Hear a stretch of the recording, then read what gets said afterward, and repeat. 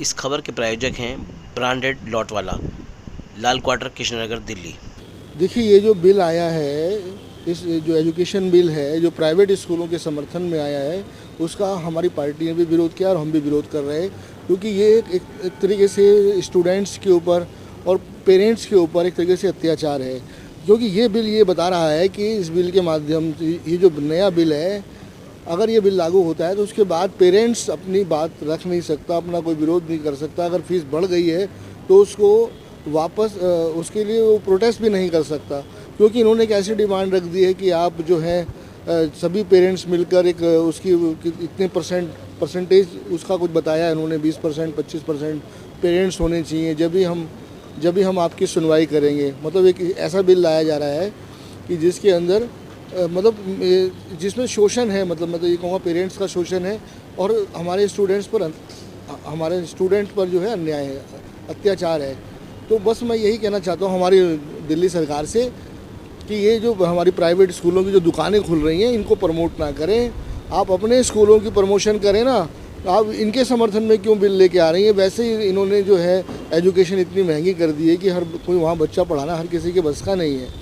आज जो हमारे पेरेंट्स सड़कों पर हैं, आज दिल्ली विधानसभा पर भी पेरेंट्स आए हुए थे। हमारे सौरभ भारद्वाज जो दिल्ली के अध्यक्ष हैं हमारे आम आदमी पार्टी से, वो भी उनके समर्थन में वहाँ आए हुए थे। उन्होंने कहा कि आपके साथ ये पेरेंट्स ने उन्होंने बुलाया हुआ था, वो कह रहे थे कि हमारे साथ अन्याय हो रहा है। तो हमने भी कहा बिल्कुल ठीक कह रहे हैं आप। हमने तो पेरेंट्स की आवाज़ में आवाज़ लगाई है। आज जो हमारा प्रोटेस्ट है वो पेरेंट्स के समर्थन में है।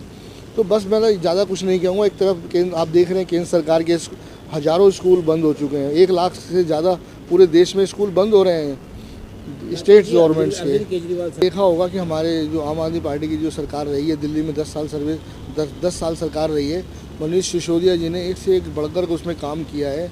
कहते हैं शिक्षा क्रांति के जनक भी उनको कहा जाता है, क्योंकि उन्होंने पूरे बजट का, जो दिल्ली सरकार का बजट होता है 1 साल का, उसका 25% उन्होंने एजुकेशन के नाम किया।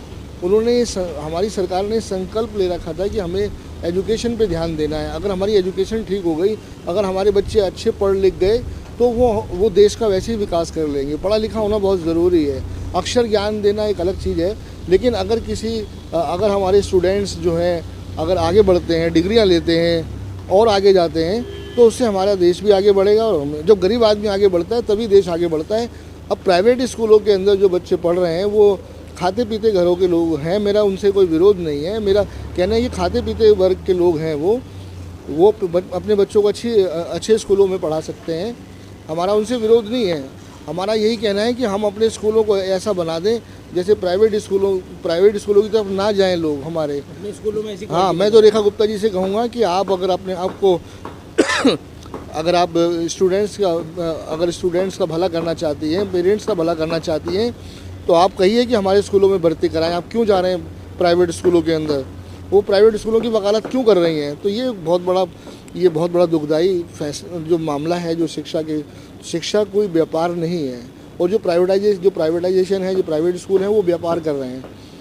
व्यापार बना दिया इन्होंने एजुकेशन को। शिक्षा कोई व्यापार नहीं है। मैं तो यही कहूँगा जी, शिक्षा के बाजारीकरण को बंद करना जी बिल्कुल बंद करना चाहिए। उसको प्रमोट कर रही है। तो बस मैं यही कहना चाहता हूँ कि ये जो बिल है ये एक तरीके से हमारे पेरेंट जो प्राइवेट स्कूलों के बच्चे जहाँ पढ़ रहे हैं, उनके पेरेंट्स पर, उनके बच्चों पर एक बहुत बड़ा अत्याचार है, अन्याय है। इसको वापस लेना चाहिए इस बिल को।